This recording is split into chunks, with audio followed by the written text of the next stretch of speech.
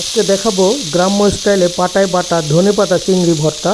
প্রথমে পরিষ্কার চিংড়ি মাছ হালকা লবণ দিয়ে ভেজে নিতে হবে, ধনেপাতাও একটু ভেজে নিতে হবে।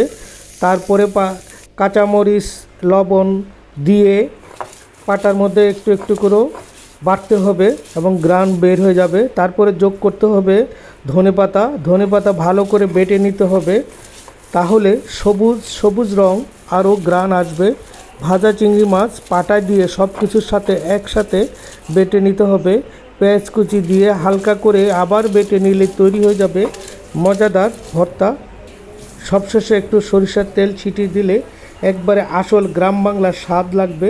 গরম ভাতের সাথে পাটায় বাটা চিংড়ি মাছ দারুণ লাগবে।